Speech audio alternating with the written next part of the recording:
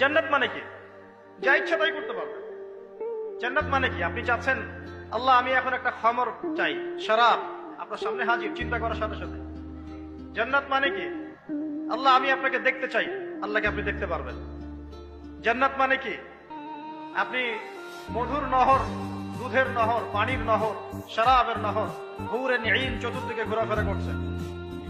একজন নিম্নমানের জান্নাতি, মানে সবচেয়ে শেষের দিকে যারা জান্নাতে যাবে, তাদের সাথেই দুজন করে হুরে নিঈম, আহাল পরিবার তো আছেই, গিলমান পানপাত্র নিয়ে চারপাশে ঘোরাফেরা করবে। জান্নাত মানে কি? যেখানে যা ইচ্ছা তাই করা যাবে, বলার কেউ নাই, বাধা দেওয়ার কেউ নাই, সেখানে কোনো মৃত্যু নাই, সেখানে কোনো অহেতুক কথাবার্তাও নাই, কোনো গাল গল্প নাই, কোনো মিথ্যা নাই, কষ্টের ক্লেশ মাত্র নাই, থুতু ফেলতে হবে না।